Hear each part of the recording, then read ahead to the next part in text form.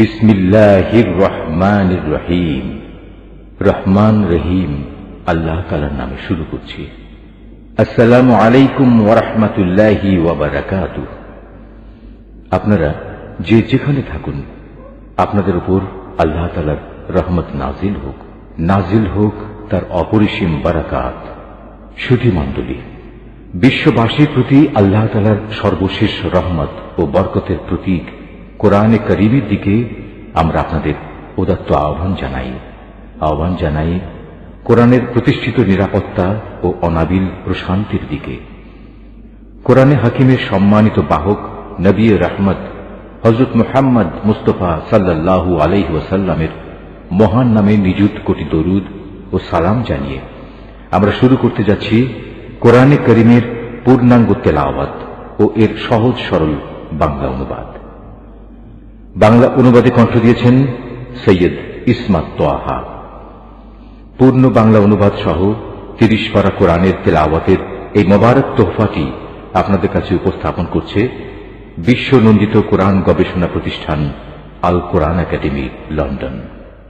এ সিডিতে তেলাওয়াত করেছেন কোরআনের শিল্প ও সৌন্দর্যমণ্ডিত জাদুকণ্ঠ কারি আব্দুল বাসেত। বাংলা অনুবাদ করেছেন আল কোরআন একাডেমি, লন্ডনের ডাইরেক্টর জেনারেল, আন্তর্জাতিক খ্যাতিসম্পন্ন কোরআন গবেষক হাফেজ মুনিরউদ্দিন আহমদ। কোরআনের এই সিডিটি প্রযোজনা করেছেন আল কোরআন একাডেমি, লন্ডনের ডাইরেক্টর মোহতারামা খাদিজা আখতার জাই। সূরা আল ফাতিহা। রহমান রহিম আল্লাহ তাআলার নামে। সমস্ত প্রশংসা আল্লাহ তাআলার জন্য। তিনি সৃষ্টিকুলের মালিক। তিনি পরম দয়ালু, অতি মেহেরবান। তিনি বিচার দিনের মালিক। হে মালিক, আমরা তোমারই বন্দেগী করি এবং তোমারই সাহায্য চাই। তুমি আমাদের সরল ও অবিচল পথটি দেখিয়ে দাও। তাদের পথ যাদের উপর তুমি অনুগ্রহ করেছ, তাদের পথ নয় যাদের উপর অভিশাপ দেওয়া হয়েছে, এবং তাদের পথ নয় যারা পথভ্রষ্ট হয়ে গেছে। সূরা বাকারা। রহমান রহিম আল্লাহ তাআলার নামে। আলিফ লাম মিম। এই সেই মহাগ্রন্থ আল কোরআন, তাতে কোনো সন্দেহ নেই যারা আল্লাহ তাআলাকে ভয় করে।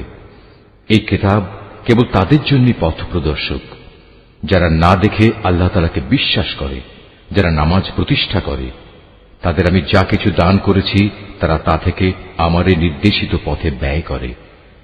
যারা তোমার উপর যা কিছু নাজিল করা হয়েছে তার উপর ঈমান আনে তোমার আগে নবীদের উপর যা কিছু নাজিল করা হয়েছে তার উপর। সর্বোপরি তারা পরকালের উপরও ঈমান আনে। সত্যিকার অর্থে এই লোকগুলোই তাদের মালিকের দেখানো সঠিক পথের উপর রয়েছে, এবং এরাই হচ্ছে সফলকাম। যারা এই বিষয়গুলো অস্বীকার করে তাদের তুমি পরকালের কথা বলে সাবধান করো আর না করো, কার্যত উভয়টাই তাদের জন্য সমান কথা। এরা কখনো ঈমান আনবে না। ক্রমাগত কুফরি করার কারণে আল্লাহ তাআলা তাদের মন, মগজ ও শ্রবণ শক্তির উপর মোহর মেরে দিয়েছেন। এদের দৃষ্টিশক্তির উপরও এক ধরনের আবরণ পড়ে আছে। যারা এ ধরনের লোক, তাদের জন্য পরকালের কষ্টদায়ক শাস্তি রয়েছে। মানুষদের মাঝে কিছু লোক এমনও আছে যারা মুখে বলে আমরা আল্লাহ তাআলা ও পরকালের উপর ঈমান এনেছি, কিন্তু এদের কর্মকাণ্ড দেখলে তুমি বুঝতে পারবে এরা মোটেই ঈমানদার নয়। মুখে ঈমানের দাবি করে এরা আল্লাহ তাআলা ও তার নেক বান্দাদের সাথে প্রতারণা করে যাচ্ছে। মূলত এ কাজের মাধ্যমে তারা অন্য কাউকে নয়, নিজেদেরই ধোঁকা দিয়ে যাচ্ছে, যদিও এ ব্যাপারে তাদের কোনো প্রকারের চৈতন্য নেই। আসলে এদের মনের ভেতর রয়েছে এক ধরনের মারাত্মক ব্যাধি। প্রতারণার কারণে আল্লাহ তাআলা এদের সে ব্যাধি বাড়িয়ে দিয়েছেন। তাদের জন্য রয়েছে আল্লাহ তাআলার পক্ষ থেকে পীড়াদায়ক আযাব, কেননা তারা মিথ্যা বলছিল। তাদের যখন বলা হয় তোমরা এই শান্তিপূর্ণ জমিনে অশান্তি ও বিপর্যয় সৃষ্টি করো না, তখন তারা বলে না, আমরাই তো বরং সংশোধনকারী। অথচ এরাই হচ্ছে জমিনে যাবতীয় বিপর্যয় সৃষ্টিকারী, যদিও তারা এ ব্যাপারে কোনো চৈতন্য রাখে না। তাদের যখন বলা হয় অন্য লোকেরা যেমন ঈমান এনেছে তোমরাও তেমনি ভাবে ঈমান আনো, তারা বলে হে নবী, তুমি কি চাও আমরাও নির্বোধ লোকদের মতো ঈমান আনি? আসলে নির্বোধ তো হচ্ছে এরা নিজেরাই, যদিও তারা এই কথাটা জানে না। মুনাফিকদের অবস্থা হচ্ছে তারা যখন ঈমানদার লোকদের সাথে মিলিত হয় তখন বলে আমরা ঈমান এনেছি। আবার যখন একাকী তাদের শয়তানদের সাথে মিলিত হয় তখন বলে আমরা তো তোমাদের সাথেই আছি। ঈমানের কথা বলে ওদের সাথে আমরা ঠাট্টা করছিলাম মাত্র। মূলত আল্লাহ তাআলাই তাদের সাথে ঠাট্টা করে যাচ্ছেন। আল্লাহ তাআলাই তাদের অবকাশ দিয়ে রেখেছেন। তারা তাদের বিদ্রোহে বিভ্রান্তের ন্যায় ঘুরে বেড়াচ্ছে। এরা জেনে বুঝে হেদায়েতের বিনিময়ে গোমরাহি কিনে নিয়েছে। তাদের এ ব্যবসাটা কিন্তু মোটেই লাভজনক হয়নি এবং এরা সঠিক পথের অনুসারীও নয়। এদের উদাহরণ হচ্ছে সে হতভাগ্য ব্যক্তির মতো যে অন্ধকারে আগুন জ্বালাতে চাইল, যখন তা তার গোটা পরিবেশটাকে আলোকোজ্জ্বল করে দিল, তখন হঠাৎ করে আল্লাহ তাআলা তাদের কাছ থেকে আলোটুকু ছিনিয়ে দিলেন এবং তাদের এমন অন্ধকারে ফেলে রাখলেন যে তারা কিছুই দেখতে পেল না। এদের অবস্থা হচ্ছে এরা কানেও শোনে না, চোখেও দেখে না, মুখ দিয়ে কথাও বলতে পারে না। অতএব এসব লোক সঠিক পথের দিকে ফিরে আসবে না। অথবা এদের উদাহরণ হচ্ছে আসমান থেকে নেমে আসা বৃষ্টির মতো। এর মাঝে রয়েছে আবার অন্ধকার, মেঘের গর্জন ও বিদ্যুতের চমক। বিদ্যুৎ গর্জন ও মৃত্যুর ভয়ে এরা নিজেদের কানে নিজেদের আঙুল ঢুকিয়ে রাখে। এরা জানে না আল্লাহ তাআলা কাফেরদের সকল দিক থেকেই ঘিরে রেখেছেন। তাতে এদের অবস্থা নাজুক হয়ে পড়ে। মনে হয় এখনই বিদ্যুৎ এদের চোখ নিষ্প্রভ করে দেবে। এই আতঙ্কজনক অবস্থায় আল্লাহ তাআলা যখন এদের জন্য একটু আলো জ্বালিয়ে দেন তখন এরা সেদিকে চলতে থাকে। আবার যখন তিনি তাদের উপর অন্ধকার চাপিয়ে দেন তখন এরা একটু থমকে দাঁড়ায়। অথচ আল্লাহ তাআলা চাইলে সহজেই তাদের শোনার ও দেখার ক্ষমতা ছিনিয়ে নিতে পারতেন। নিশ্চয়ই তিনি সর্বশক্তিমান। হে মানুষ, তোমরা সেই মহান আল্লাহ তাআলার দাসত্ব স্বীকার করো যিনি তোমাদের এবং তোমাদের আগে যারা ছিল তাদের সবাইকে পয়দা করেছেন। আশা করা যায় এর ফলে তোমরা যাবতীয় সংকট থেকে বেঁচে থাকতে পারবে। তিনি সে মহান সত্তা যিনি জমিনকে তোমাদের জন্য শয্যা বানালেন, আসমানকে বানালেন ছাদ এবং আসমান থেকে পানি পাঠালেন। তার সাহায্যে তিনি নানা প্রকারের ফলমূল উৎপাদন করে তোমাদের জীবিকার ব্যবস্থা করলেন। অতঃপর তোমরা জেনে বুঝে এসব কাজে আল্লাহ তাআলার সাথে কাউকে শরীক করো না। আমি আমার বান্দার উপর যে কিতাব নাজিল করেছি তার সত্যতার ব্যাপারে যদি তোমাদের কোনো সন্দেহ থাকে তাহলে যাও, তার মতো করে একটি সূরা তোমরাও রচনা করে নিয়ে এসো। এক আল্লাহ ছাড়া তোমাদের আর যেসব বন্ধু বান্ধব রয়েছে তাদেরও প্রয়োজনে সহযোগিতার জন্য ডাকো, যদি তোমরা তোমাদের দাবিতে সত্যবাদী হও। কিন্তু তোমরা যদি তা না করতে পারো, এবং আমি জানি তোমরা তা কখনই করতে পারবে না, তাহলে তোমরা দোজখের সেই কঠিন আগুনকে ভয় করো যার ইন্ধন হবে মানুষ ও পাথর। আল্লাহ তাআলাকে যারা অস্বীকার করে তাদের জন্যই এটা প্রস্তুত করে রাখা হয়েছে। অতঃপর যারা এই কিতাবের উপর ঈমান এনেছে এবং ভালো কাজ করেছে তাদের তুমি হে নবী সুসংবাদ দাও এমন এক জান্নাতের যার নিচ দিয়ে ঝর্ণা প্রবাহিত হতে থাকবে। যখনই তাদের এই জান্নাতের কোন একটি ফল দেয়া হবে তখনই তারা বলবে এ ধরনের ফল তো ইতিপূর্বেও আমাদের দেওয়া হয়েছিল।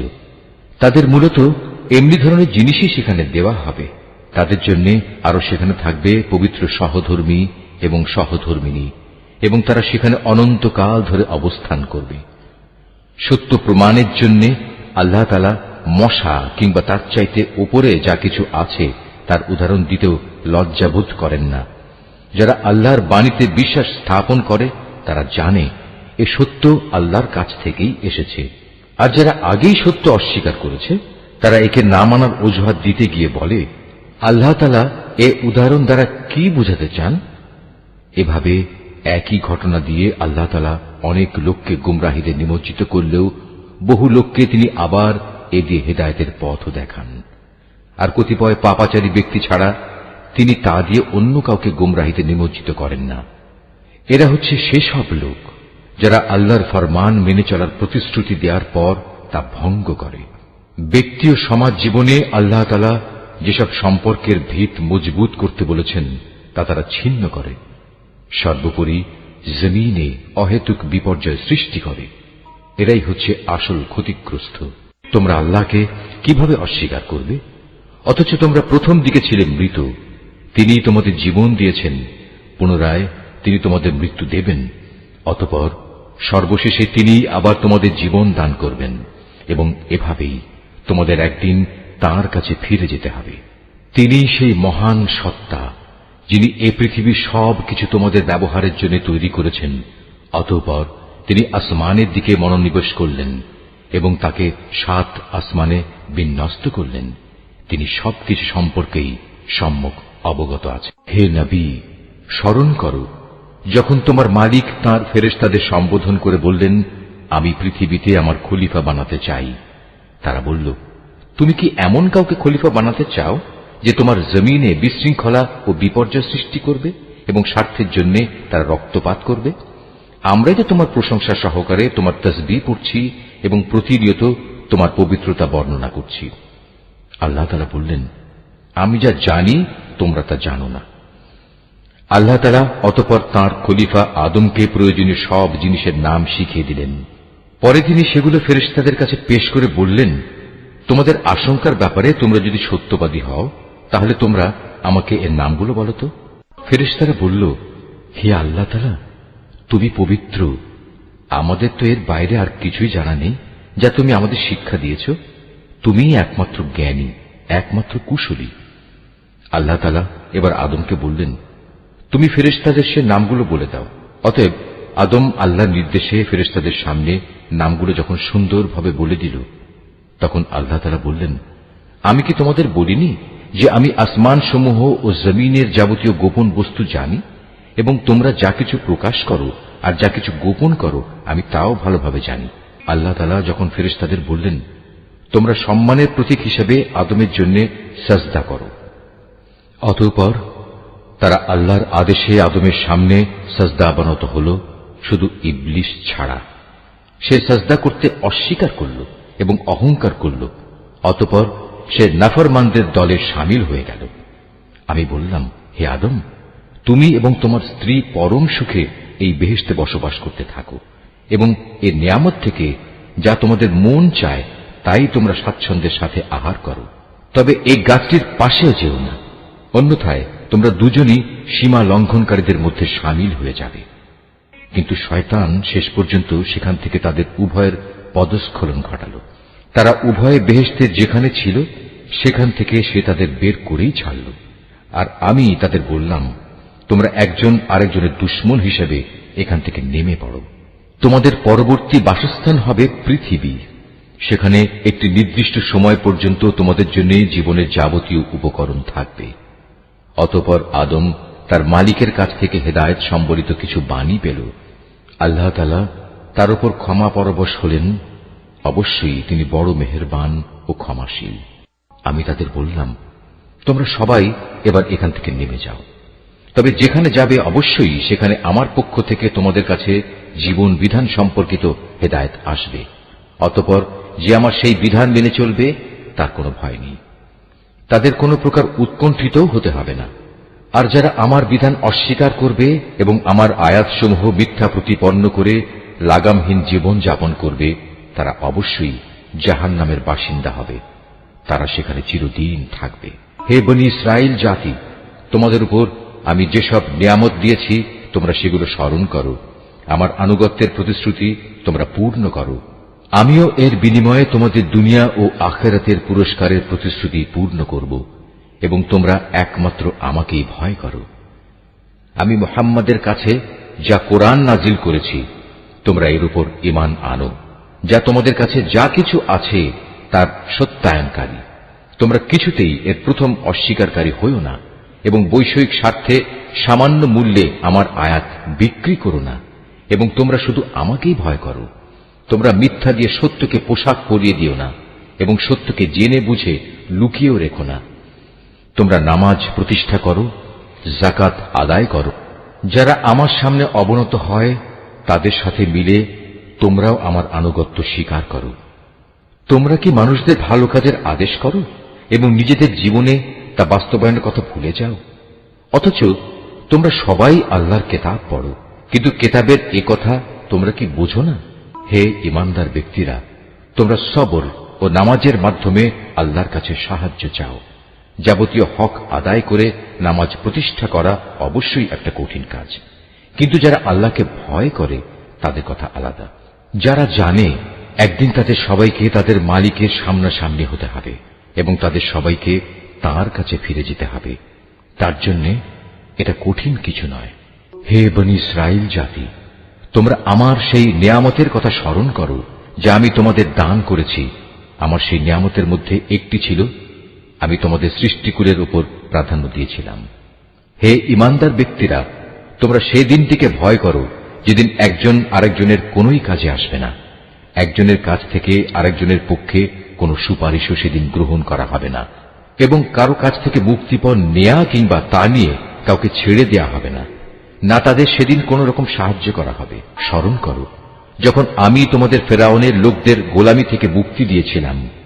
তারা তোমাদের উপর ভীষণ অত্যাচার করত। তারা নিকৃষ্ট ধরনের শাস্তি দ্বারা তোমাদের যন্ত্রণা দিত। তারা তোমাদের পুত্র সন্তানদের হত্যা করত এবং তোমাদের মেয়েদের তারা জীবিত রেখে দিত। তোমাদের মালিকের পক্ষ থেকে এতে তোমাদের জন্য বড় একটা পরীক্ষা নিহিত ছিল। আরো স্মরণ করো যখন আমি তোমাদের জন্য সমুদ্রকে দ্বিধা বিভক্ত করে দিয়েছিলাম, অতঃপর আমি তোমাদের সমূহ মৃত্যুর হাত থেকে বাঁচিয়ে দিয়েছিলাম, এবং আমি ফেরাউন ও তার দলবলকে সমুদ্রে ডুবিয়ে দিয়েছিলাম। আর তোমরা তা তো নিজেরাই প্রত্যক্ষ করেছিলে। আরো স্মরণ করো যখন মূসাকে আমি বিশেষ একটি কাজে 40 রাত নির্ধারণ করে দিলাম। তার যাওয়ার পর তোমরা একটি বাছুরকে মাবুদ রূপে গ্রহণ করে নিলে। তোমরা এতে করে ভীষণ জুলুম করেছিলে। অতঃপর এ অপরাধ সত্ত্বেও আমি পুনরায় তোমাদের ক্ষমা করে দিয়েছি এ আশায় যে তোমরা আমার কৃতজ্ঞতা আদায় করবে। সে কথাও স্মরণ করো যখন আমি মূসাকে কেতাব ও ন্যায় অন্যায়ের পরককারী একটি মানদণ্ড দান করেছি, যাতে করে তোমরা হেদায়েতের পথে চলতে পারো।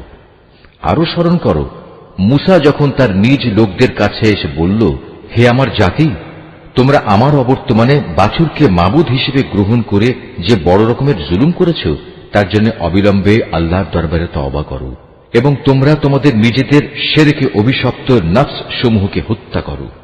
এর মাঝেই আল্লাহর কাছে তোমাদের জন্য কল্যাণ রয়েছে।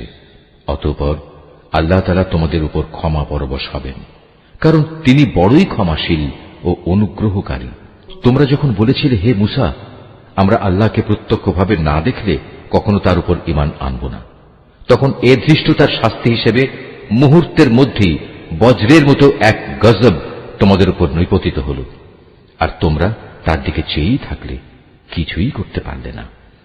অতঃপর এই ধ্বংসকর মৃত্যুর পর তোমাদের আমি পুনরায় জীবন দান করলাম, যাতে করে তোমরা আমার কৃতজ্ঞতা আদায় করতে পারো। আমি তোমাদের উপর মেঘের ছায়া দান করেছিলাম, মান এবং সালওয়া নামক খাবারও তোমাদের জন্য পাঠিয়েছিলাম। আমি তোমাদের বলেছিলাম, সেসব পবিত্র খাবার খাও যা আমি তোমাদের দিয়েছি, তা তোমরা উপভোগ করো। নিয়ামত অবজ্ঞা করে তারা আমার উপর কোনো অবিচার করেনি, বরং এর দ্বারা তারা নিজেরাই নিজেদের উপর জুলুম করেছে। স্মরণ করো আমি যখন তোমাদের বলেছিলাম, তোমরা এই জনপদে ঢুকে পড়ো এবং তোমরা তার যেখান থেকেই ইচ্ছা স্বাচ্ছন্দ্যে আহার করো। দম্ভ সহকারে প্রবেশ না করে মাথা নত করে ঢুকো। তোমরা ক্ষমার কথা বলবে, আমিও তোমাদের ভুল ত্রুটিসমূহ ক্ষমা করে দেব, এবং যারা ভালো কাজ করে আমি এভাবেই তাদের পাওনার অঙ্ক বাড়িয়ে দেই। সুস্পষ্ট হেদায়েত সত্ত্বেও অতঃপর জালিমরা এমন কিছু ব্যাপার রদবদল করে ফেলল যা না করার জন্যই তাদের বলা হয়েছিল। আমিও এরপর যারা জুলুম করল তাদের উপর আসমান থেকে গজব নাজিল করলাম। মূলত এটা ছিল তাদের গুনার ফল। যখন মূসা আমার কাছে তার জাতির লোকদের জন্য পানি চাইল, আমি তাকে বললাম, তোমার হাতের লাঠি দিয়ে তুমি এই পাথরে আঘাত করো। আঘাত করা মাত্রই সে পাথর থেকে 12টি পানির নহর উৎপন্ন হয়ে গেল। প্রত্যেক গোত্রই নিজ নিজ পানির ঘাট চিনে নিল। আমি বললাম, আল্লাহর দেয়া রিজিক থেকে তোমরা পানাহার করো, তবে আমার জমিনে বিপর্যয় সৃষ্টি করে বেরিও না। স্মরণ করো তোমরা যখন মূসাকে বলেছিলে, হে মূসা, প্রতিদিন একই ধরনের খাবারের উপর আমরা কিছুতেই আর ধৈর্য ধরতে পারব না। তুমি তোমার মালিকের কাছে বলো যেন তিনি কিছু ভূমিজাত দ্রব্য, তরিতরকারি, পেঁয়াজ, রসুন, ভুট্টা, ডাল উৎপাদন করেন। সে বলল, তোমরা কি আল্লাহর পাঠানো এই উৎকৃষ্ট জিনিসের সাথে একটি তুচ্ছ ধরনের জিনিসকে বদলে দিতে চাও? যদি তাই হয় তাহলে তোমরা অন্য কোনো শহরে সরে পড়ো, যেখানে তোমাদের এসব জিনিস যা তোমরা চাইবে তা অবশ্যই পাওয়া যাবে। আল্লাহ তাআলার আদেশ অমান্য করার ফলে শেষ পর্যন্ত অপমান ও দারিদ্র তাদের উপর ছেয়ে গেল। আল্লাহর গজব দ্বারা তারা আক্রান্ত হয়ে গেল। এটা এ কারণে যে এরা ক্রমাগত আল্লাহর আয়াতকে অস্বীকার করতে থাকল এবং আল্লাহর নবীদের অন্যায়ভাবে হত্যা করতে থাকল। আর এসব কিছু এজন্যই ছিল যে তারা আল্লাহর সাথে নাফরমানি ও সীমা লঙ্ঘন করছিল। যারা ঈমান আনে, তারা খ্রিস্টান হোক, ইহুদি হোক কিংবা সাবি হোক, তারাই হবে মুসলমান। এদের যে কেউ আল্লাহর উপর ঈমান আনবে পরকালের উপর এবং যথার্থ ভালো কাজ করবে, তাদের জন্য তাদের মালিকের কাছে পুরস্কার রয়েছে এবং এসব লোকের যেমন কোনো ভয় নেই, তেমনি তারা চিন্তিত হবে না। স্মরণ করো যখন আমি তোমাদের কাছ থেকে প্রতিশ্রুতি নিয়েছিলাম যে তোমরা তাওরাত মেনে চলবে, এবং তুর পাহাড়কে আমি তোমাদের উপর তুলে ধরে বলেছিলাম যে কিতাব তোমাদের আমি দান করেছি তা শক্তভাবে আঁকড়ে ধরো এবং তাতে যা কিছু আছে তা স্মরণ রেখো। এই উপায়ে তোমরা হয়তো শয়তান থেকে নিজেদের বাঁচাতে পারবে। অতঃপর তোমরা এ ওয়াদা থেকে ফিরে গেলে, কিন্তু তা সত্ত্বেও আমার অনুদান ও রহমত যদি তোমাদের উপর না থাকত, তাহলে তোমরা অবশ্যই ধ্বংস হয়ে যেতে। তোমরা তো ভালো করেই তাদের জানো যারা তোমাদের মধ্যে শনিবারে আল্লাহর আদেশ লঙ্ঘন করেছে। অতঃপর আমি তাদের শুধু এটুকুই বলেছি, যাও, এবার তোমরা সবাই অপমানিত বানরে পরিণত হয়ে যাও। এই ঘটনাকে আমি সেসব মানুষদের যারা তখন সেখানে মজুদ ছিল, আরো যারা পরে আসবে, তাদের সবার জন্য একটি দৃষ্টান্তমূলক ঘটনা বানিয়ে দিয়েছি। যারা আল্লাহকে ভয় করে এমন লোকদের জন্য এই ঘটনা ছিল একটি উপদেশ। আরো স্মরণ করো যখন মূসা তার জাতিকে বলল, অবশ্যই আল্লাহ তাআলা তার নামে তোমাদের একটি গাভী জবাই করার আদেশ দিচ্ছেন। তারা একথা শুনে বলল, হে মূসা, তুমি কি আমাদের সাথে তামাশা করছো? সে বলল, আমি তামাশা করে জাহেলদের দলে শামিল হওয়া থেকে আল্লাহ তাআলার কাছে পানা চাই। তারা মূসাকে বলল, তুমি তোমার মালিককে বলো আমাদের তিনি যেন সুস্পষ্ট বলে দেন তা কেমন হবে। সে বলল, অবশ্যই তা হবে এমন যা বৃদ্ধ হবে না, আবার একেবারে বাচ্চাও হবে না, বরং তা হবে এর মাঝামাঝি বয়সের। এখন যা কিছু তোমাদের নির্দেশ দেওয়া হচ্ছে তাই করো। তারা মূসাকে বলল, তুমি তোমার মালিককে জিজ্ঞেস করে নাও, তিনি আমাদের যেন বলে দেন তার রং কেমন হবে। সে বলল, তা হবে হলুদ রঙের। তার রং এত আকর্ষণীয় হবে যে যারা তাকাবে তা তাদেরই পরিতৃপ্ত করবে। তারা বলল, হে মূসা, তুমি তোমার মালিককে আবার জিজ্ঞেস করে নাও আসলে তা কি ধরনের হবে। আমরা তো সঠিক গাভী বাছাই করতে পারছি না, কারণ আমাদের কাছে তো সব গাভী দেখতে একই ধরনের মনে হয়। আল্লাহ তাআলা চাইলে এবার অবশ্যই আমরা সঠিক পথে চলতে পারব। সে বলল, তাহলে শোনো, আল্লাহর ঈপ্সিত সে গাভী হবে এমন যে সেটি কোনো চাষাবাদের কাজ করে না, জমিনে পানি সেচের কাজও করে না, অর্থাৎ তা হবে সম্পূর্ণ নিখুঁত ও ত্রুটিমুক্ত। একথা শুনিয়ে তারা বলল, এতক্ষণে তুমি আমাদের সামনে সত্য ঘটনা নিয়ে এসেছ। অতঃপর তারা এ ধরনের একটি গাভী জবাই করল, যদিও ইতিপূর্বে মনে হয়নি যে তারা এই কাজটি আদৌ করতে চায়। স্মরণ করো যখন তোমরা একজন লোককে হত্যা করেছিলে, অতঃপর সে ব্যাপারে তোমরা একে অপরের উপর হত্যার অভিযোগ আরোপ করতে শুরু করলে, অথচ আল্লাহ তাআলা সেই বিষয়ই মানুষের সামনে বের করে আনতে চাইলেন যা তোমরা লুকোবার চেষ্টা করেছিলে। হত্যাকারীকে খুঁজে বের করার জন্য আমি তোমাদের বললাম, কোরবানি করা সেই গাভীর শরীরের একাংশ দিয়ে তোমরা একে মৃদু আঘাত করো। এভাবেই আল্লাহ তাআলা মৃত ব্যক্তিকে জীবন দান করবেন এবং এ ধরনের অলৌকিক ঘটনা দ্বারা তিনি তোমাদের কাছে তার জ্ঞানের নিদর্শনসমূহ তুলে ধরেন। আশা করা যায় তোমরা এর মাধ্যমে সত্য অনুধাবন করবে। কিন্তু এত বড় একটি নিদর্শন সত্ত্বেও অতঃপর তোমাদের মন কঠিন হয়ে গেল, এমন কঠিন যেন তা শক্ত পাথর, বরং মাঝে মাঝে মনে হয় পাথরের চেয়েও বুঝি তা বেশি কঠিন। কেননা কিছু পাথর এমন আছে যা থেকে মাঝে মাঝে ঝর্ণাধারা নির্গত হয়, আবার কোনো কোনো সময় তা বিদীর্ণ হয়ে ফেটেও যায় এবং তা থেকে পানির ফোয়ারাও বেরিয়ে আসে। অবশ্য এর মধ্যে থেকে এমন কিছু পাথর আছে যা আল্লাহর ভয়ে ধসে পড়ে। আল্লাহ তাআলা তোমাদের কার্যকলাপ সম্পর্কে মোটেই গাফেল নন। হে ঈমানদার লোকেরা, এর পরেও তোমরা কি এই আশা পোষণ করো যে এরা তোমাদের সাথে তোমাদের দ্বীনের জন্য ঈমান আনবে, অথচ এদের একাংশ যুগ যুগ ধরে আল্লাহর কিতাব শুনে আসছে। অতঃপর তারা তাকে বিকৃত করছে, অথচ এরা ভালো করেই তা জানে। এদের অবস্থা হচ্ছে, এরা যখন ঈমানদারদের সাথে সাক্ষাৎ করে তখন বলে আমরা ঈমান এনেছি, কিন্তু এরাই আবার যখন গোপনে একে অপরের সাথে মিলিত হয় তখন বলে তোমরা কি মুসলমানদের কাছে সেসব কথা প্রকাশ করে দাও যা আল্লাহ তাআলা মুহাম্মদের নবুয়ত সম্পর্কে আগেই তাওরাতে তোমাদের উপর ব্যক্ত করেছেন। খবরদার, তোমরা এমনটি কখনো করো না, তাহলে তারা একদিন তোমাদের মালিকের সামনে এটা দিয়েই তোমাদের বিরুদ্ধে সাক্ষ্য উত্থাপন করবে। তোমরা কি এটুকু কথাও বুঝতে পারো না?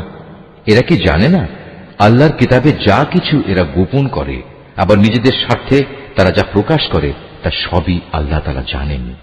এদের আরেকটি দল যারা একান্ত অশিক্ষিত, নিরক্ষর, এরা আল্লাহর কিতাব সম্পর্কে কিছুই জানে না। আল্লাহর কিতাব যেন এদের কাছে একটি নিছক ধ্যান ধারণা সর্বস্ব পুস্তক মাত্র। এরা শুধু অমূলক ধারণাই করে থাকে। সেসব লোকের জন্য ধ্বংস অনিবার্য যারা হাত দিয়ে কিতাব লিখে নেয়, তারপর দুনিয়ার সামনে বলে এগুলো হচ্ছে আল্লাহ তাআলার পক্ষ থেকে অবতীর্ণ শরীয়তের বিধান। তাদের উদ্দেশ্য হচ্ছে যেন তা দিয়ে দুনিয়ার কিছু স্বার্থ তারা কিনে নিতে পারে। অতঃপর তাদের হাত যা কিছু রচনা করেছে তার জন্য তাদের ধ্বংস ও দুর্ভোগ, যা কিছু তারা উপার্জন করেছে তার জন্য তাদের দুর্ভোগ।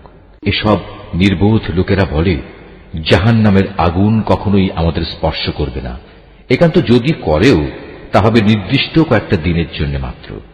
হে নবী, তুমি তাদের বলো তোমরা কি আল্লাহর কাছ থেকে এমন কোন প্রতিশ্রুতি আদায় করে নিয়েছ? আল্লাহ তাআলা তো কখনো তার প্রতিশ্রুতি ভঙ্গ করেন না। না তোমরা জেনে বুঝেই আল্লাহ তাআলা সম্পর্কে এমন সব কথা বলে বেড়াচ্ছ যা তোমরা নিজেরাই জানো না। হ্যাঁ, যে কোনো ব্যক্তি স্বেচ্ছায় অপরাধ করেছে এবং যাকে তার পাপ ঘিরে রেখেছে, এমন লোকেরাই হচ্ছে জাহান্নামের অধিবাসী এবং সেখানে তারা চিরদিন অবস্থান করবে। আবার যারাই আল্লাহর উপর ঈমান আনবে এবং ভালো কাজ করবে তারা বেহেশতবাসী হবে, তারা সেখানে চিরদিন থাকবে। যখন আমি বনী ইসরায়েলদের কাছ থেকে এ মর্মে প্রতিশ্রুতি নিয়েছিলাম যে তোমরা আল্লাহ তাআলা ছাড়া অন্য কারো ইবাদত করবে না এবং মাতা পিতার সাথে সৎ ব্যবহার করবে, আত্মীয় স্বজন, এতিম মিসকিনদের সাথে ভালো ব্যবহার করবে, মানুষদের সুন্দর কথা বলবে, নামাজ প্রতিষ্ঠা করবে, যাকাত প্রদান করবে, কিন্তু এ সত্ত্বেও তোমাদের মধ্যে সামান্য কিছু সংখ্যক লোক ছাড়া অধিকাংশই অতঃপর সেদিন ফিরে গেছ। এভাবেই তোমরা প্রতিশ্রুতি থেকে মুখ ফিরিয়ে নিয়েছিলে। তোমাদের কাছ থেকে আমি এ প্রতিশ্রুতিও নিয়েছিলাম যে তোমরা কেউ কারো রক্তপাত করবে না এবং নিজেদের লোকদের তাদের ঘর বাড়ি থেকে উচ্ছেদ করবে না। অতঃপর তোমরা তা স্বীকার করে নিয়েছিলে। তোমরা তো নিজেরাই এ সাক্ষ্য দিচ্ছ। তারপর এই তো হচ্ছে তোমরা একে অপরকে তোমরা হত্যা করতে লাগলে। তোমাদের এক দলকে তোমরা তাদের ভিটে মাটি থেকে বিতাড়িত করে দিতে লাগলে। অন্যায় এবং জুলুম দ্বারা জালেমদের তোমরা তাদের উপর পৃষ্ঠপোষকতা করতে থাকলে। শুধু তাই নয়, কোন লোক যুদ্ধবন্দী হয়ে তোমাদের কাছে এলে তোমরা তাদের জন্য মুক্তিপণ দাবি করো, অথচ তাদের ঘরবাড়ি থেকে উচ্ছেদ করাটাই ছিল তোমাদের উপর অবৈধ কাজ এবং আল্লাহ তাআলাকে দেয়া প্রতিশ্রুতির লঙ্ঘন। তোমরা কি তাহলে আল্লাহর কিতাবের একাংশ বিশ্বাস করো এবং আরেকাংশ অবিশ্বাস করো? সাবধান, কখনো যদি কোনো জাতি কিংবা ব্যক্তি দ্বীনের অংশ বিশেষের উপর ঈমান আনয়নের এ আচরণ করে, তাদের শাস্তি এছাড়া আর কি হবে? যে পার্থিব জীবনে তাদের লাঞ্ছনা ভোগ করতে হবে, তাদের পরকালেও কঠিনতম আযাবের দিকে নিক্ষেপ করা হবে। তোমরা প্রতিনিয়ত যা করছো, আল্লাহ তাআলা সে সব কিছু থেকে মোটেও উদাসীন নন। বস্তুত এই লোকেরা আখিরাতের স্থায়ী জীবনের বিনিময়ে দুনিয়ার অস্থায়ী জীবন খরিদ করে নিয়েছে। এরা যেহেতু আযাব বিশ্বাসই করেনি, তাই আল্লাহ তাআলার পক্ষ থেকে তাদের আযাব কিঞ্চিত পরিমাণ হালকা করা হবে না, আর না তাদের কোনো দিক থেকে কোন রকম সাহায্য করা হবে। আমি মূসাকে কিতাব দিয়েছি, তারপর একে একে আমি আরো অনেক নবী পাঠিয়েছি এবং বাপ ছাড়া সন্তান পয়দা হওয়ার মতো সুস্পষ্ট নিদর্শন দিয়ে আমি মরিয়ম পুত্র ঈসাকে পাঠিয়েছি এবং আমার পাঠানো বাণী ও পবিত্র আত্মার মাধ্যমে তাকে আমি সাহায্য করেছি। অথচ যখনই তোমাদের কাছে আল্লাহর কোন নবী আসত, তোমাদের মনোপুত না হলে তোমরা অহংকারের বশবর্তী হয়ে তাদের অস্বীকার করেছ।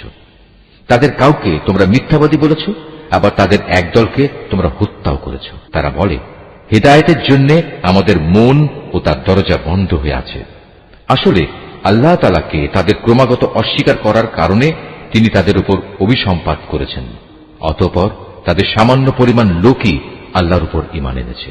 যখনই তাদের কাছে আল্লাহর কাছ থেকে কিতাব নাজিল হল, যা তাদের কাছে মজুদ কিতাবের সত্যতা স্বীকার করে, তাছাড়া এর আগে তারা নিজেরাই সমাজের অন্যান্য কাফেরদের উপর বিজয়ী হওয়ার জন্য এই কিতাব ও তার বাহকের আগমন কামনা করেছিল।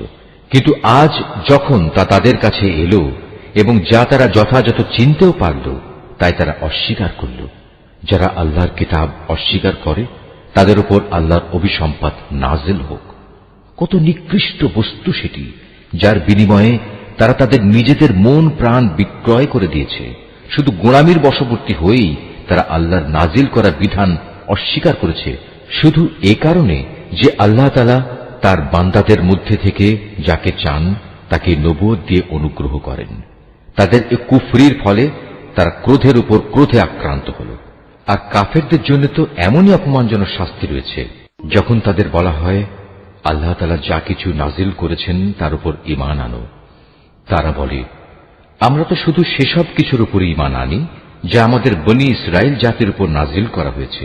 এর বাইরে যা তারা অস্বীকার করে অথচ তা একান্ত সত্য, তা তাদের কাছে নাজিল করা আল্লাহর কথাগুলোকেও সত্য বলে স্বীকার করে। হে নবী, তুমি বলো, তোমরা যদি বিশ্বাসী হও তাহলে আল্লাহর নবীদের ইতিপূর্বে তোমরা কেন হত্যা করেছিলে? তোমাদের কাছে তো একসময় সুস্পষ্ট নিদর্শন সহকারে মূসাও নবী হয়ে এসেছিল, অথচ তার সামান্য কয়েকদিনের অনুপস্থিতির পরেই তোমরা একটি বাছুরকে মাবুদ হিসেবে গ্রহণ করে নিলে। কত বড় জালেম ছিলে তোমরা। আরো স্মরণ করো, যখন আমি তোমাদের কাছ থেকে একটি প্রতিশ্রুতি আদায় করেছিলাম তোমাদের মাথার উপর তুর পাহাড় তুলে ধরে। আমি বলেছিলাম, যা কিছু বিধি বিধান আমি তোমাদের দিয়েছি তা শক্ত করে আঁকড়ে ধরো এবং আমার কথাগুলো শুনো। এর জবাবে তারা মুখে তো বলল, হ্যাঁ আমরা তোমার কথা শুনেছি, কিন্তু বাস্তব জীবনে তা অস্বীকার করে বলল, আমরা তা অমান্য করলাম। আসলে আল্লাহ তাআলাকে তাদের অস্বীকার করার কারণে সেই বাছুরকে মাবুদ বানানোর নেশা তখনও তাদের মনকে আকৃষ্ট করে রেখেছিল। তুমি তাদের বলো, যদি তোমরা সত্যি মোমেন হও তাহলে বলতে পারো, এটা কত খারাপ ঈমান যা একজন ব্যক্তিকে এ ধরনের কাজের আদেশ দেয়। যদি তোমরা মনে করো অন্যদের বদলে পরকালের নিবাস আল্লাহর কাছে শুধু তোমাদের জন্য নির্দিষ্ট, তাহলে যাও, তা পাওয়ার জন্য তোমরা মৃত্যু কামনা করো, যদি তোমরা সত্যবাদী হও। হে নবী, তুমি জেনে রাখো, এরা কখনোই কামনা করবে না আল্লাহর সাথে যে আচরণ এরা করেছে, এবং নিজেদের হাত দিয়ে এরা যা কিছু অর্জন করেছে তার পরিণাম জানার পর এরা কখনো তা কামনা করবে না। আল্লাহ তাআলা জালেমদের ভালো করে জানেন। সত্যি কথা হচ্ছে, এদেরকেই বরং তুমি দেখতে পাবে বেঁচে থাকার ব্যাপারে এরা বেশি লোভী। আল্লাহ তাআলার সাথে যারা শিরক করে, এ বনী ইসরায়েলের লোকেরা তাদের চেয়েও এক কদম অগ্রসর। এদের প্রত্যেক ব্যক্তি 1000 বছর জীবিত থাকতে চায়, কিন্তু যত দীর্ঘ জীবনী এদের দেয়া হোক না কেন, তা কখনো এদের তার অবশ্যম্ভাবী আযাব থেকে বাঁচাতে পারবে না। আল্লাহ তাআলা এদের যাবতীয় কাজকর্ম পুঙ্খানুপুঙ্খ পর্যবেক্ষণ করেন। হে নবী, তুমি বলো, কে সে ব্যক্তি যে জিব্রাইলের শত্রু হতে পারে, অথচ সে তো আল্লাহর আদেশে আল্লাহর বাণীসমূহ তোমার অন্তঃকরণে নাজিল করে দেয়, তাও এমন এক বাণী যা তাদের কাছে মজুদ বিষয়সমূহের সত্যতা স্বীকার করে। সর্বোপরি এ হচ্ছে মোমেনদের জন্য সুসংবাদবাহী গ্রন্থ। যারা আল্লাহর শত্রু তার বাণীবাহক ফেরেশতার ও নবী রসুলের শত্রু জিব্রাইলের ও মিকাইলের, তারা একদিন এ কথাটা বুঝতে পারবে। স্বয়ং আল্লাহ তাআলাই হচ্ছেন কাফেরদের বড় শত্রু। অবশ্যই আমি তোমার কাছে সুস্পষ্ট নিদর্শন পাঠিয়েছি। পাপী ব্যক্তিরা ছাড়া এই সব কিছু কেউই অস্বীকার করতে পারে না, কিংবা যখনই তারা আল্লাহর সাথে কোনো ওয়াদা করেছে তখনই তাদের এক দল তা ভঙ্গ করেছে। আসলে তাদের অধিকাংশই ঈমানদার ছিল না। যখনই তাদের কাছে আল্লাহর পক্ষ থেকে কোনো নবী আসে এবং যে তাদের কাছে আগের কিতাবে যেসব কথা মজুদ রয়েছে তার সত্যতা স্বীকার করে, তখনই সেই আগের কিতাবের ধারকদের একটি দল পূর্ববর্তী কিতাবের কথাগুলো এমনভাবে তাদের পেছনের দিকে ফেলে দিল যেন তারা এ ব্যাপারে কিছুই জানে না। আল্লাহর প্রতি অবজ্ঞা প্রদর্শন করেই এরা ক্ষান্ত হয়নি, জাদু মন্ত্রের এমন কিছু জিনিসও এরা অনুসরণ করতে শুরু করল যা শয়তান কর্তৃক সুলাইমান নবীর রাজত্বের সময় সমাজে চালু করা হয়েছিল। সত্য কথা হচ্ছে, সুলাইমান কখনো জাদুকে আল্লাহ বিরোধী কাজে ব্যবহার করে আল্লাহকে অস্বীকার করেনি। আল্লাহকে তো অস্বীকার করেছে সেসব অভিশপ্ত শয়তান যারা মানুষকে জাদুমন্ত্র শিক্ষা দিয়েছে। জাদু পাগল মানুষদের পরীক্ষার উদ্দেশ্যে আল্লাহ তাআলা হারুত মারুত নামে যে দুজন ফেরেশতাকে ব্যাবিলনে পাঠিয়েছেন, আল্লাহর সেই দুজন ফেরেশতা কাউকে যখনই এ বিষয়ের শিক্ষা দিত, প্রথমেই তারা এ কথাটা তাদের বলে দিত, আমরা তো হচ্ছি আল্লাহর পরীক্ষা মাত্র। অতএব কোন অবস্থায় তুমি এ বিদ্যা দিয়ে আল্লাহ তাআলাকে অস্বীকার করো না। এই সত্ত্বেও তারা তাদের কাছ থেকে এমন কিছু বিদ্যা শিখে নিয়েছিল যা দিয়ে এরা স্বামী স্ত্রীর মাঝে বিচ্ছেদের সৃষ্টি করত। যদিও আল্লাহর ইচ্ছা ছাড়া কোনো দিনই কেউ কারো সামান্যতম ক্ষতিও সাধন করতে পারবে না। তারা মূলত এমন কিছু শেখে যা তাদের কোনো উপকার যেমন করতে পারে না, তেমনি তা তাদের কোনো ক্ষতিও করতে পারে না। তারা যদি জানত শ্রম ও অর্থ দিয়ে যা তারা কিনে নিয়েছে পরকালে তার কোনো মূল্য নেই, তারা নিজেদের জীবনের পরিবর্তে যা ক্রয় করে নিয়েছে তা সত্যি নিকৃষ্ট। কত ভালো হতো যদি তারা কথাটা জানত। তারা যদি আল্লাহর উপর ঈমান আনত এবং তাকেই ভয় করত, তাহলে আল্লাহর পক্ষ থেকে তারা উৎকৃষ্টতম পুরস্কার পেত। কত ভালো হতো যদি তারা এটা অনুধাবন করত। হে ঈমানদার ব্যক্তিরা, ধৃষ্টতার সাথে কখনো বলো না, হে নবী তুমি আমাদের কথা শোনো, বরং তার দৃষ্টি আকর্ষণ করার জন্য বলো, হে নবী আমাদের দিকে লক্ষ্য করো এবং তোমরা সর্বদা তার কথা শুনবে, মনে রাখবে। যারা তার কথা অমান্য করে তাদের জন্য অত্যন্ত বেদনাদায়ক শাস্তি রয়েছে। আসলে এই আহলে কিতাব কিংবা যারা আল্লাহর সাথে প্রকাশ্য শিরক করে তারা কেউই এটা পছন্দ করে না যে তোমার কাছে তোমার মালিকের পক্ষ থেকে নবুয়তের মতো কোনো ভালো কিছু নাজিল হোক। কিন্তু তারা জানে না আল্লাহ তাআলা যাকে চান তাকেই তার অনুগ্রহে বিশেষভাবে বেছে নেন। আল্লাহ তাআলা অত্যন্ত অনুগ্রহশীল। আমি যখন কোন আয়াত বাতিল করে দেই বা বিশেষ কারণে মানুষদের তা ভুলিয়ে দিতে চাই, তখন তার জায়গায় তার চেয়ে উৎকৃষ্ট কিংবা তারই মতো কোনো আয়াত এনে হাজির করি। তুমি কি জানো না আল্লাহ তাআলা সবকিছুর উপর ক্ষমতাবান? তুমি কি জানো না আসমান সমূহ ও জমিনের সার্বভৌমত্ব একমাত্র আল্লাহ তাআলার জন্যই নির্দিষ্ট। তিনি ছাড়া তোমাদের কোনো বন্ধু নেই, কোনো সাহায্যকারীও নেই। তোমরা কি তোমাদের নবীর কাছে সে ধরনের উদ্ভট প্রশ্ন করতে চাও যিনি তোমাদের আগে মূসাকে করা হয়েছিল? কেউ যদি ঈমানকে কুফরির সাথে বদল করে নেয়, অবশ্যই সে ব্যক্তি সোজা পথ থেকে গোমরাহ হয়ে যাবে। আহলে কিতাবদের অনেকেই বিদ্বেষের কারণে চাইবে যেভাবেই হোক তোমাদের ঈমানের আলোর বদলে আবার সেই কুফরির অন্ধকারে ফিরিয়ে নিতে। এমনকি সত্য তাদের কাছে স্পষ্ট হয়ে যাওয়ার পরও তারা এ পথ থেকে বিরত হবে না। অতএব তাদের ব্যাপারে আল্লাহর সিদ্ধান্ত আসা পর্যন্ত তোমরা ক্ষমার নীতি অবলম্বন করো এবং তাদের সাথে ভালো ব্যবহার করো। আল্লাহ তাআলা সব কিছুর উপর অবশ্যই ক্ষমতাশালী। তোমরা নামাজ প্রতিষ্ঠা করো এবং যাকাত আদায় করো। এর মাধ্যমে যেসব নেকি তোমরা আল্লাহর কাছে অগ্রিম পাঠাবে তার কাছে এর সবই তোমরা মজুদ পাবে। তোমরা যা কিছুই করো আল্লাহ তাআলা অবশ্যই এর সব কিছু দেখতে পান। তারা বলে ইহুদি ও খ্রিস্টান ছাড়া আর কেউই বেহেশতে যাবে না। আসলে এটা হচ্ছে তাদের মিথ্যা কল্পনা। তুমি হে নবী বলো, যদি তোমরা সত্যবাদী হও তাহলে তোমাদের দলিল প্রমাণ নিয়ে এসো। তবে হ্যাঁ, যে কোনো ব্যক্তি আল্লাহর সামনে নিজের সত্তাকে সমর্পণ করে দেবে এবং সে হবে অবশ্যই একজন নেককার মানুষ। তার জন্য তার মালিকের কাছে এর বিনিময় রয়েছে। তাদের কোনো ভয়ভীতি নেই, আর না সেদিন তাদের চিন্তান্বিত হতে হবে। ইহুদিরা বলে খ্রিস্টানরা কোনো কিছুর উপর প্রতিষ্ঠিত নয়, খ্রিস্টানরা বলে ইহুদিরা কোনো কিছুর উপর প্রতিষ্ঠিত নয়। অথচ এদের অবস্থা হচ্ছে এরা উভয়ই আল্লাহর কিতাব পাঠ করে, আদৌ আল্লাহর কিতাবের কোনো কিছুই জানে না। এমন লোকেরা আবার এদের উভয় সম্পর্কে একই ধরনের কথা বলে। তারা যে বিষয়ে মতবিরোধ করছে আল্লাহ তাআলা শেষ বিচারের দিনে সে বিষয়ে তাদের মাঝে মীমাংসা করে দেবেন। সে ব্যক্তির চেয়ে বড় জালেম আর কে আছে যে ব্যক্তি আল্লাহর ঘর মসজিদে তার নাম স্মরণ করতে বাধা দেয় এবং তার ধ্বংস সাধনে সচেষ্ট হয়। এ ধরনের লোকদের বস্তুত তাতে ঢোকার কোনো যোগ্যতাই নেই। তবে একান্ত ভীত সন্ত্রস্তভাবে ঢুকলে তা ভিন্ন কথা। তাদের জন্য পৃথিবীতে যেমন অপমান লাঞ্ছনা রয়েছে, তেমনি রয়েছে পরকালে কঠিনতম শাস্তি। এরা কেবলা বদলের ব্যাপারেও মতবিরোধ করেছিল, অথচ পূর্ব পশ্চিম সবই তো আল্লাহ তাআলার।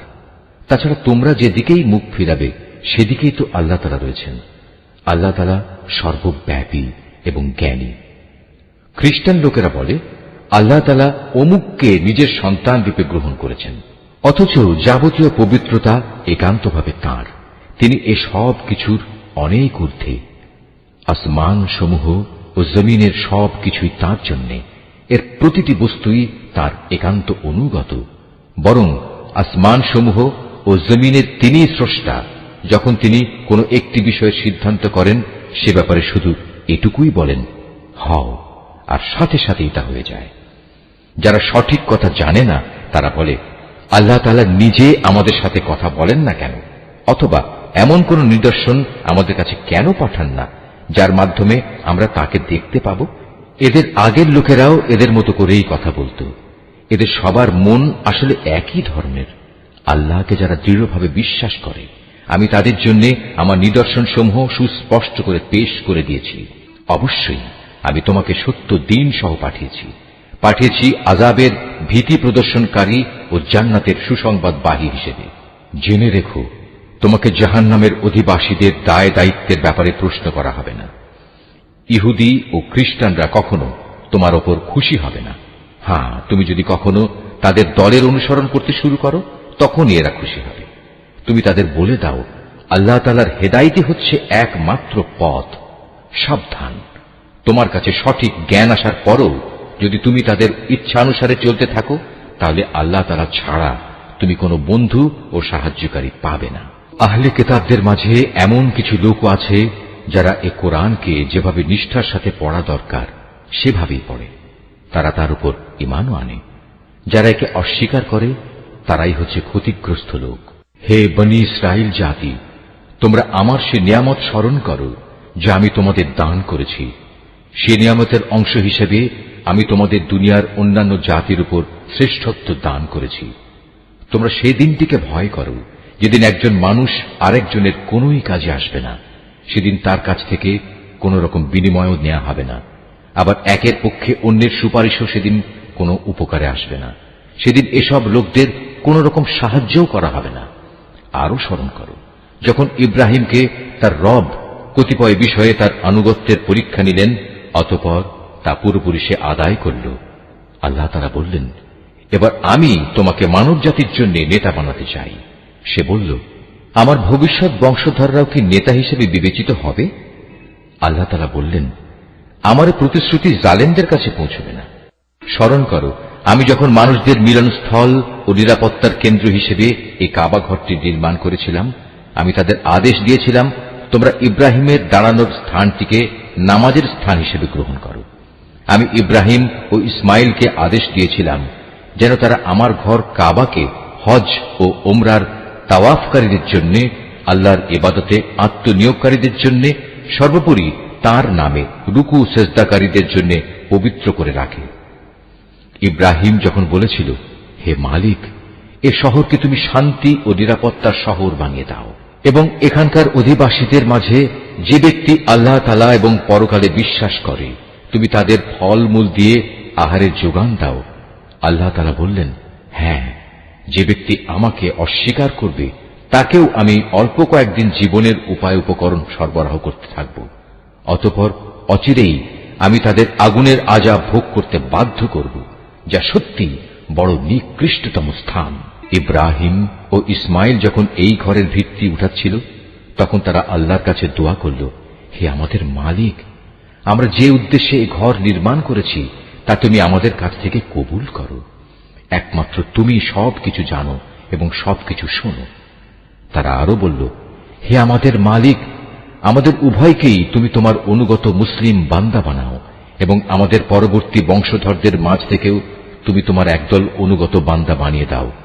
হে মালিক, তুমি আমাদের তোমার ইবাদতের আনুষ্ঠানিকতা সমূহ দেখিয়ে দাও এবং তুমি আমাদের উপর দয়া পরবশ হও, কারণ তুমি অত্যন্ত দয়া পরবশ ও পরম দয়ালু। হে আমাদের মালিক, তাদের বংশের মধ্যে তাদের নিজেদের মাঝ থেকে তুমি এমন একজন রসূল পাঠাও যে তাদের কাছে তোমার আয়াতসমূহ পড়ে শোনাবে, তাদের তোমার কিতাবের জ্ঞান ও প্রজ্ঞা শিক্ষা দেবে, উপরন্তু সে তাদের পবিত্র করে দেবে। হে আল্লাহ, তুমি আমাদের এই দোয়া কবুল করো, কারণ তুমি মহাপরাক্রমশালী ও পরম কুশলী। জেনে বুঝে যে নিজেকে মূর্খ বানিয়ে রেখেছে সে ব্যক্তি ছাড়া আর কে এমন হবে যে ইব্রাহিমের আনিত জীবন বিধান থেকে মুখ ফিরিয়ে নেবে? অথচ তাকে আমি দুনিয়ার নবুয়তের জন্য বাছাই করে নিয়েছি। শেষ বিচারের দিনেও সে আমার নেক লোকদের মধ্যে শামিল হবে। যখন আমি তাকে বললাম, তুমি আমার অনুগত মুসলিম হয়ে যাও, সে বলল, আমি সৃষ্টিকুলের মালিক আল্লাহ তাআলার পূর্ণ আনুগত্য স্বীকার করে নিলাম। যে পথ ইব্রাহিম নিজের জন্য বেছে নিল, সে পথে চলার জন্য সে তার সন্তান সন্ততিকেও ওসিয়ত করে গেল। ইয়াকুবও তার সন্তানদের ওসিয়ত করে বলল, হে আমার সন্তানরা, নিশ্চয়ই আল্লাহ তাআলা তোমাদের জন্য এই দ্বীন ইসলাম মনোনীত করে দিয়েছেন। অতএব কোন অবস্থায় এই জীবন বিধানের আনুগত্য স্বীকার ব্যতি রেখে তোমরা মৃত্যুবরণ করো না। হে ইহুদি জাতি, তোমরা কি তখন সেখানে উপস্থিত ছিলে যখন ইয়াকুবের সামনে তার মৃত্যু এসে হাজির হল এবং সে যখন তার ছেলে মেয়েদের বলল, বলো আমার মৃত্যুর পর তোমরা কার ইবাদত করবে? তারা বলল, আমরা অবশ্যই তোমার মাবুদ, তোমার পূর্বপুরুষ ইব্রাহিম, ইসমাইল ও ইসহাকের মাবুদের ইবাদত করব। এ মাবুদ হচ্ছেন একক, আমরা তার আত্মসমর্পণকারী বান্দা হয়ে থাকব। এরা ছিল এক ধরনের জাতি যারা আজ গত হয়ে গেছে। তারা যা করে গেছে তা তাদের নিজেদের জন্য, আবার তোমরা যা করবে তা হবে তোমাদের নিজেদের জন্য। তারা যা কিছু করছিল সে ব্যাপারে তোমাদের কিছু জিজ্ঞেস করা হবে না। এরা ইহুদি ও নাসারারা বলে, তোমরা ইহুদি কিংবা খ্রিস্টান হয়ে যাও, তাহলে তোমরা সঠিক পথে পরিচালিত হবে। হে নবী, তুমি বলো, আমাদের কাছে তো বরং ইব্রাহিমের একনিষ্ঠ মতাদর্শই রয়েছে, আর সে কখনো মুশরিকদের অন্তর্ভুক্ত ছিল না। তোমরা বলো, আমরা তো আল্লাহর উপর ঈমান এনেছি এবং ঈমান এনেছি আল্লাহ তাআলা আমাদের কাছে যা কিছু নাজিল করেছেন তার উপর। আমাদের আগে ইব্রাহিম, ইসমাইল, ইসহাক, ইয়াকুব ও তাদের পরবর্তী সন্তানদের উপর যা কিছু নাজিল করা হয়েছে তাও আমরা মানি। তাছাড়া মুসা, ঈসা সহ সব নবীকে তাদের মালিকের পক্ষ থেকে যা কিছু দেওয়া হয়েছে তার উপর আমরা ঈমান এনেছি। আমরা এদের কারো মধ্যেই কোনো তারতম্য করি না। আমরা তো হচ্ছি আল্লাহরই অনুগত বান্দা। আর এরা যদি তোমাদের মতোই আল্লাহর উপর ঈমান আনত, তাহলে তারাও সঠিক পথ পেত। তারা যদি সে পথ থেকে ফিরে আসে, তাহলে তারা অবশ্যই উপদলীয় অনৈক্যের মাঝে পড়ে যাবে। আল্লাহ তাআলাই তোমার জন্য যথেষ্ট হবেন, তিনি শোনেন, তিনিই জানেন। হে নবী, তাদের তুমি বলো, আসল রং হচ্ছে আল্লাহ তাআলারই। এমন কে আছে যার রং তার রঙের চেয়ে উৎকৃষ্ট হতে পারে? আমরা ঘোষণা করছি, আমরা তাঁরই ইবাদত করি। হে নবী, তুমি তাদের বলো, তোমরা কি স্বয়ং আল্লাহ তাআলার ব্যাপারেই আমাদের সাথে বিতর্কে লিপ্ত হতে চাও? অথচ তিনি যেমন আমাদের মালিক, তেমনি তিনি তোমাদেরও মালিক। আমাদের কাজ আমাদের জন্য, আর তোমাদের কাজ তোমাদের জন্য। আমরা তার আনুগত্যের ব্যাপারে সবাই হচ্ছি নিষ্ঠাবান। অথবা তোমরা কি একথা বলতে চাও যে ইব্রাহিম, ইসমাইল, ইসহাক, ইয়াকুব ও তাদের বংশধররা সবাই ছিল ইহুদি কিংবা খ্রিস্টান? হে নবী, তুমি বলে দাও, এ ব্যাপারে তোমরা বেশি জানো না আল্লাহ তাআলা বেশি জানেন?